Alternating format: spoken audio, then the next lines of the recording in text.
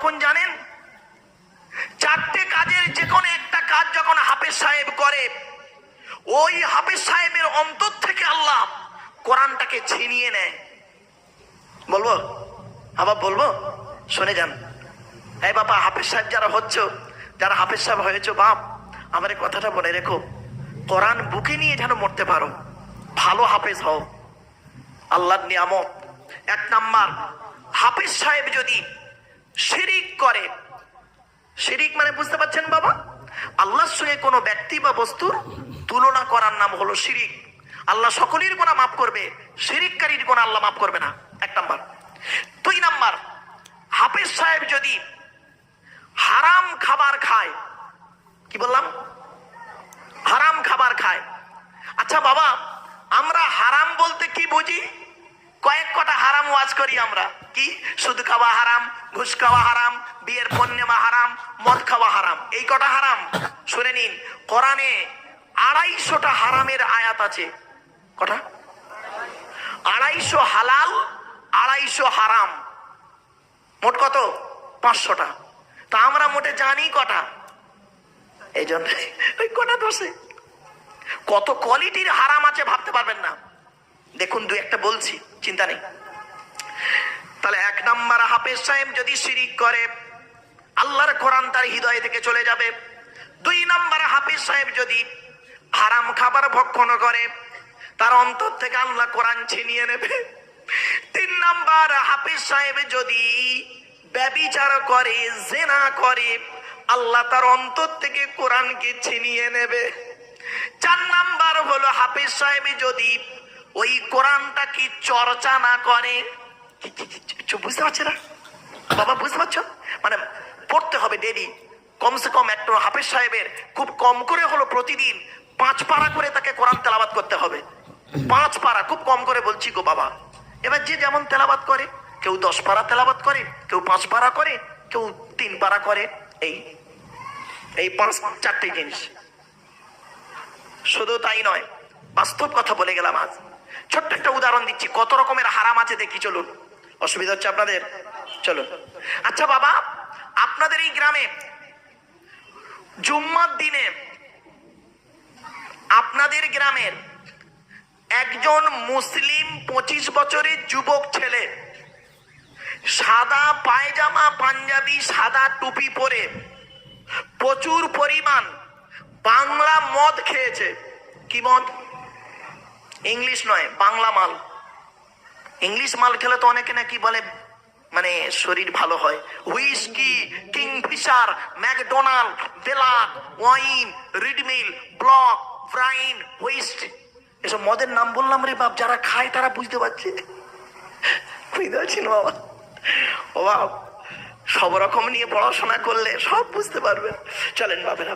তো বাংলা মদ খেয়েছে, অতিরিক্ত মদ খেয়েছে ছেলেটি, পা টলছে, সাদা পায়জামা, পাঞ্জাবি, সাদা টুপি পরে প্রচুর পরিমাণ বাংলা মদ খেয়ে ছেলেটা জুম্মার দিনে মসজিদে উঠেছে জুম্মার নামাজ পড়তে। আপনারা তাকে কি করবেন বলুন? তাড়িয়ে দেবেন। কি বলছেন আপনারা? কি বলছেন? তাই বাবা, 1994 সাল থেকে ওয়াজ করছি, আজকের নয়। 1994 সাল থেকে 2023, 29 বছর আমার জলসা জীবনের অভিজ্ঞতা। ভারতবর্ষ, বাংলাদেশ আর নেপাল, এই 3টে দেশে গো বাপ, আমার বক্তব্য বুঝতে গেলে একটু ব্রেন লাগবে। তাহলে ছেলেটিকে আপনারা কি করবেন? বের করে দেবেন, তাই তো নাকি? তাড়াতাড়ি বলুন না। বাহ। আচ্ছা, ছেলেটি বের হতে না চাইলে মেরে বের করে দেবেন। বাহ। আচ্ছা, ছেলেটার অপরাধ কি? অপরাধ কি বলুন না? মদ হারাম খাবার, মসজিদ পবিত্র স্থান, হারাম খাবার খেয়ে পবিত্র স্থানে উঠেছে, তাই আপনারা বের করে দিলেন। বের হতে চাইলো না, মেরে বের করে দিলেন। ওহ, সত্যি কত ভালো মানুষ আপনারা।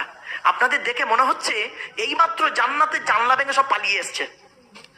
মুসলমানের বাচ্চা, মদ খাওয়া যেমন হারাম, সুদ খাওয়া তেমন হারাম, বিয়ের পণ নেওয়া তেমন হারাম, জমির আলচুরি করা তেমন হারাম, হুকুমের কারেন্ট নেওয়া তেমন হারাম, মসজিদের জায়গা হরণ করা তেমন হারাম, বাপ মার অবাধ্য হওয়া তেমন হারাম, বাপ মারা গেছে, বড় ভাই বেঁচে আছে, ছোট ছোট ভাইদের সম্পত্তি নিজের নামে রেকর্ড করে নেওয়া তেমন হারাম, বাপের হক মারা হারাম, বোনের হক মারা তেমন হারাম।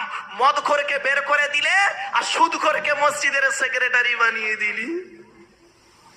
এই কি হলো বলে, এ কি হলো ওয়াজ? তাই চলুন, আমার আল্লাহ কোরআনে বলছে মসজিদের দায়িত্ব কারা নেবে। চলুন, 5টা গুণ যাদের, এই জন্য বিজ্ঞ আলেমকে মসজিদের সভাপতি করতে যাবেন, সেই আলেমটা কোরআনের এই আয়াতের কথা মনে পড়লে ও জীবনে মসজিদ কমিটিতে ঢুকবে না, সভাপতি হওয়া তো দূরের কথা। সে জানে কিয়ামতের মাঠে আমার জবানটাকে আল্লাহ টেনে ছিঁড়ে নেবে। এই সভাপতি, আমার ঘরের দায়িত্ব নিয়েছিলিস, হ্যাঁ, তোর ক্ষমতা ছিল। চলুন, 5টা গুণ কি কি? ইন্নামা ইয়া'মুরু মাসাজিদাল্লাহি মান আমানা বিল্লাহ। 1 নাম্বার আল্লাহ বলছেন 100% ঈমানদার যে হবে, 100% যে ব্যক্তি আমি আল্লাহ আমাকে বিশ্বাস করবে, সেই লোকটা মসজিদের দায়িত্ব নেবে।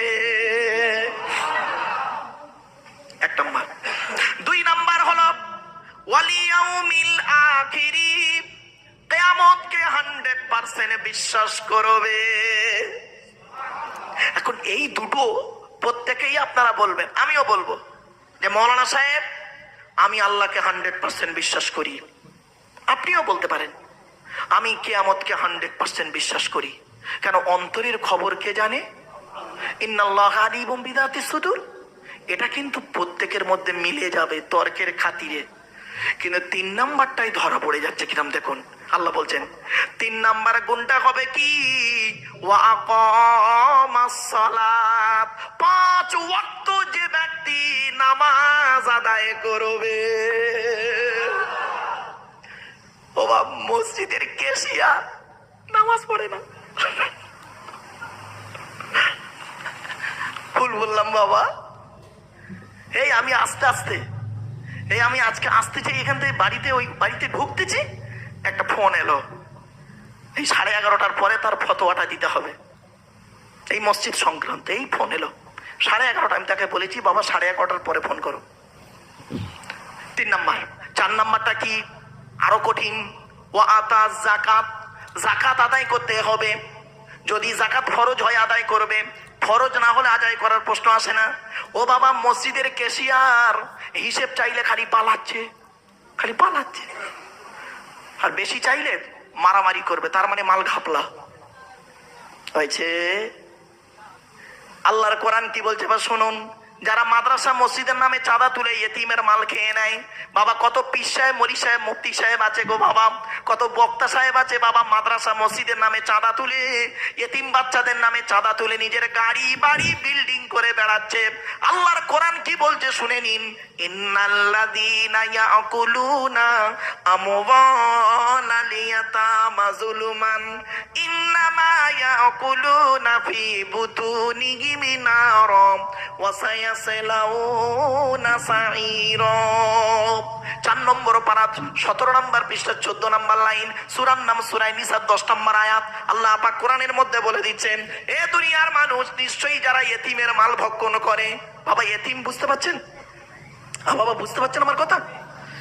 যারা ইয়েতিমের মাল ভক্ষণ করে, গরিবের মাল যারা ভক্ষণ করে, আল্লাহ পাক তারা বলেছেন তারা তাদের পেটে নরকের আগুনগুলো ঢোকাতে শুরু করে। আর যারা গরিবের মাল ভক্ষণ করে না, ইয়েতিমের মাল যারা ভক্ষণ করে না, আল্লাহর কোরআন কি বলছে শুনুন। ইন্নাল্লাযীনা আমানু ওয়া আমিলুস সালিহাত কানাত লাহুম জান্নাতুল ফিরদাউসি নুজুলা। 16 নম্বর পারা 3 নম্বর পৃষ্ঠা 12 নম্বর লাইন, সূরার নাম সূরা কাফ। কোরআন জানিয়ে দিয়েছে নিশ্চয়ই যারা ঈমান এনেছে, 100% ঈমান এনেছে, আর যারা পৃথিবীতে ভালো কাজ করেছে, তাদের ঠিকানা হলো জান্নাতুল ফিরদাউস। তাহলে কটা হলো? 4টে। 1 নাম্বার 100% ঈমান আনতে হবে। 2 নাম্বার কিয়ামতকে 100% বিশ্বাস করতে হবে। 3 নাম্বার 5 ওয়াক্ত নামাজ পড়তে হবে। 4 নাম্বার হলো কি? যাকাত আদায় করতে হবে, যদি যাকাত ফরজ হয়। গরিব হলে সে করবে না। 5 নাম্বারটা এবার শুনুন, এটা আরো ক্রিটিক্যাল। ওয়ালাম ইয়াখশা ইল্লাল্লাহ, ওয়ালাম ইয়াখশা ইল্লাল্লাহ, আল্লাহ কাউকে তারা ভয় করবে না। নোংরার সঙ্গে কোনোদিন আপোষ করবে না, খারাপের সঙ্গে কোনোদিন আপোষ করবে না। ন্যায় ন্যায়, অন্যায় অন্যায়, পাপ পাপ, হালাল হালাল, হারাম হারাম। ন্যায়কে ন্যায় বলবে, অন্যায়কে প্রতিবাদ করবে, এবং আল্লাহ ছাড়া কাউকে ভয় করবে না। এই পাঁচটা গুণ যার মধ্যে থাকবে, আল্লাহ বলছেন তারাই আমার ঘরের দায়িত্ব নেবে। আর তারা মারা গেলে তাদের ঠিকানা জান্নাতুল ফেরদাউস দিয়ে দিলাম। আমার বাপেরা বাড়ি থেকে ভাববেন, চলুন। আল্লাহ নবীর কাছে একজন যুবক ছেলে এসছে, এসে বলছেন, হে নবী, আমরা যে দোয়া চাই, আচ্ছা বাবা একটা আখেরি মোনাজাত হবে না? আবার বলুন না বাবা। আমার পরে যে আছেন ফুরফুরা শরীফ থেকে আগত আওলাদে মোসাদ্দেদুজ্জামান, ছোট হুজুর পীর কেবলা রহমাতুল্লাহ আলাইহির কলিজার টুকরা সন্তান এহিয়া সিদ্দিকী হুজুর কেবলার একটি মাত্র সাহেবজাদা আবুজার সিদ্দিকী সাহেব, তাই তো বাপেরা? হ্যাঁ, আচ্ছা। ওই মানুষটার সঙ্গে আমার কি পরিচয় আপনারা জানেন না অনেকে, বলে দিই। আমার পরেই যিনি আসছেন, ওনার আব্বাজান হলেন আমার পালক পিতা। কি বললাম? পালক পিতা। আমাকে মানুষ করেছে গো বাপ, এই জন্য মানুষের ঋণ আমি শুধতে পারবো না। আল্লাহ পাক তার হায়াতে তৈয়বা দান করবেন, আল্লাহুম্মা আমিন। বাপেরা, তো সেই সূত্রে আমার পীর ভাই আমার পরেই আসছেন বাপ। তো যাই হোক, আল্লাহ নবীর কাছে একজন ব্যক্তি এসছে, এসে বলছেন, হে নবী, আমরা যে দোয়া চাই, দোয়া কবুল হয় বুঝবো কি করে? এ মারাত্মক কথা কিন্তু এটা, বলবো বাপ, বলবো? হ্যাঁ। নবীজি বললেন, দোয়া কবুল হবার 5টা শর্ত আছে। কয়টা শর্ত? 5টা শর্ত। আজ আপনাদের বলে যাচ্ছি, যাদের মধ্যে এই 5টা শর্ত আছে তাদের দোয়া আল্লাহ কবুল করবে। আর এই 5টা শর্ত যার মধ্যে থাকবে না, সে যত বড় পীরের বেটা হোক, যত বড় পীর সাহেব, মলি সাহেব, মুফতি সাহেব, ইমাম সাহেব, বক্তা সাহেব হোক না কেন, ও দোয়া আল্লাহ কবুল করবে না। আজ বলে যাচ্ছি আপনাদের, এই 5টা শর্ত যার মধ্যে থাকবে, বলবো বাবা, বলবো? যাক, মাশাআল্লাহ। আপনাদেরকে অনুরোধ করছি বাবা, একটু শুনে নিন ভালো করে। নবীজি বলছেন যুবক ছেলেটিকে, শুনে নিন খুব ভালো করে, গুরুত্বপূর্ণ কথা এটা। নবীজি বলছেন, যুবক, এই যুবক ছেলে, তুমি যখন দোয়া চাইবে, তুমি যখন দোয়া চাইবে, হালাল খাবার খেয়ে তুমি দোয়া চাইবে। আর হালাল খাবার খেয়ে দোয়া চাইলে ওই দোয়া আল্লাহর দরবারে কবুল হয়ে যাবে। দলিল কোরআন। ইয়া আইয়ুহাল্লাযীনা আমানু কুলু মিন তাইয়্যিবাতি মা রাযাকনাকুম ওয়াশকুরু লিল্লাহি ইন কুনতুম ইয়্যাহু তা'বুদুন। 2 নম্বর পারা 4 নম্বর পৃষ্ঠা 14 নম্বর লাইন, সূরার নাম সূরা বাকারা। কোরআন জানিয়ে দিয়েছে, হে ঈমানদার বান্দাগণ, কুলু মিন তাইয়্যিবাতি মা রাযাকনাকুম, আমার দেওয়া হালাল রিজিকগুলো তোরা ভক্ষণ কর, হারাম খাবার কখনোই খেতে যাবি না। হালাল খাবার খেতে খেতে তোরা আমার ইবাদত কর। আর ওয়াশকুরু লিল্লাহ, আমি আল্লাহ আমার শুকর আদায় কর।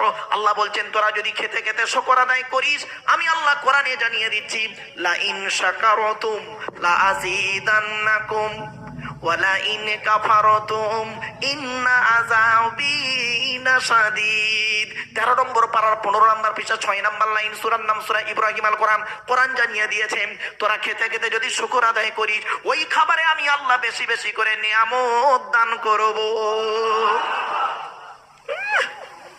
হারাম খাবার খেয়ে, হারাম খাবার খেয়ে মোনাজাতে কাঁদছে,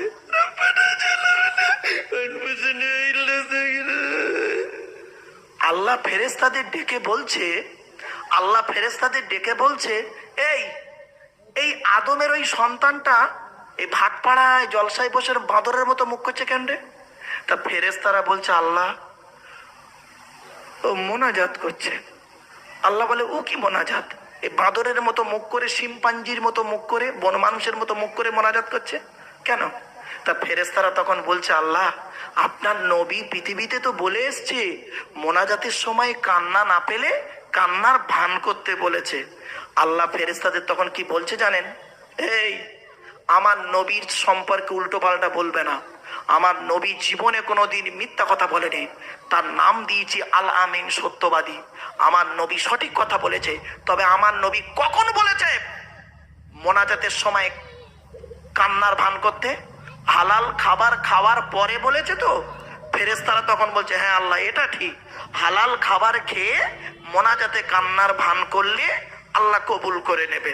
আল্লাহ বলছে, দেখতো মালটা হালাল কোন না হারাম করে টেস্ট করে দেখতো। ফেরেশতারা 14 দিন ধরে সার্চিং করে এসে বলছে, আল্লাহ ইন্টারন্যাশনাল সুদখোর হয়েছে। বাড়ি থেকে ভাববেন বাড়ি থেকে। একটা উদাহরণ দিচ্ছি। জমির সীমানা আছে তো বাবা, বলেন না বাবা, আপনারা কি বলেন ওটাকে? আল। আপনার 2 কাঠা জমি আপনি যদি 20 বছর পরে 2.5 কাঠা করতে চান, আপনাদের একটা সুন্দর শিক্ষা দিয়ে যাচ্ছি, কিচ্ছু করতে হবে না। ওই আলের মাথায় এই পৃথিবীর আল্লাহর সৃষ্টির ভিতরে 2টো গাছের যে কোনো একটা গাছ লাগিয়ে দেবেন। একটার নাম কলা গাছ, একটার নাম বাঁশ গাছ। 20 বছর পরে 3 কাঠা হয়ে যাবে। ঠিক না বেটি? বুঝতে পারছে না? মুরব্বীরা বুঝতে পারছে। কলা গাছ এমন একটা জাত, ওই এখানে যদি ওর একটা বসান 30 বছর পরে সেইখানে চলে গেছে ওর কে। আর বাঁশ গাছ এমন একটা জাত, ওরে এখানে বসাবেন ও 30 বছর পরে সেইখানে চলে গেছে, ওর বাড়াতে আর হবে না। বাপেরা বাড়িতে গিয়ে ভাববেন। আল্লাহ নবীর হাদিসটা বলি, মেশকাত শরীফ কিতাবুস সাইদ ওয়াজ জাবাইর 7 নম্বর হাদিস। রাবির নাম আবু তুফাইল রাদিয়াল্লাহু তাআলা আনহু। আল্লাহ নবী বলছেন, লাআনাল্লাহু মান সারাকা আমানারাল আরদি। ওই সমস্ত লোকেদের প্রতি আল্লাহর গজব যারা জমির আল চুরি করে করে জমি বাড়িয়ে নেয়। কত আলচোর চাচা এখানে বসে আছে, আল্লাহই ভালো জানে। ও আমারে ভুল বুঝো না বাবা, আমারে ভুল বুঝো না বাবা, আমার বাস্তবটাই বললাম। এখন দাড়িটা পেকে গেছে বলে মনে করছেন ফেরেশতা হয়ে গেছে সব। এখন দাড়ি পেকে গেছে মনে করেছেন আমি ফেরেশতা লোক। আল্লাহ বলছে, এই তো দাড়িটা পেকে গেছে, এসব সাদা মাল, সব সাদা গো বাপ, সব সাদা। আমি মেহেন্দি করেছি তো তাই একটু লাল মতো হয়ে আছে, নইলে সব সাদা। যাই হোক, তো আল্লাহ বলছে তোর দাড়িটা এখন সাদা হয়ে গেছে বলে যেন কোনোদিন ভাববি না ফেরেশতা হয়ে গেছিস। তোর এখন বয়সটা 50 হয়েছে তাই মনে করছিস ফেরেশতা হয়ে গেছিস। তোর বয়স যখন 25 বছর ছিল এই ভাট পাড়ার কটা মেয়ে নষ্ট করেছিস, তা ঠিক আছে? বুঝতে পারছেন না?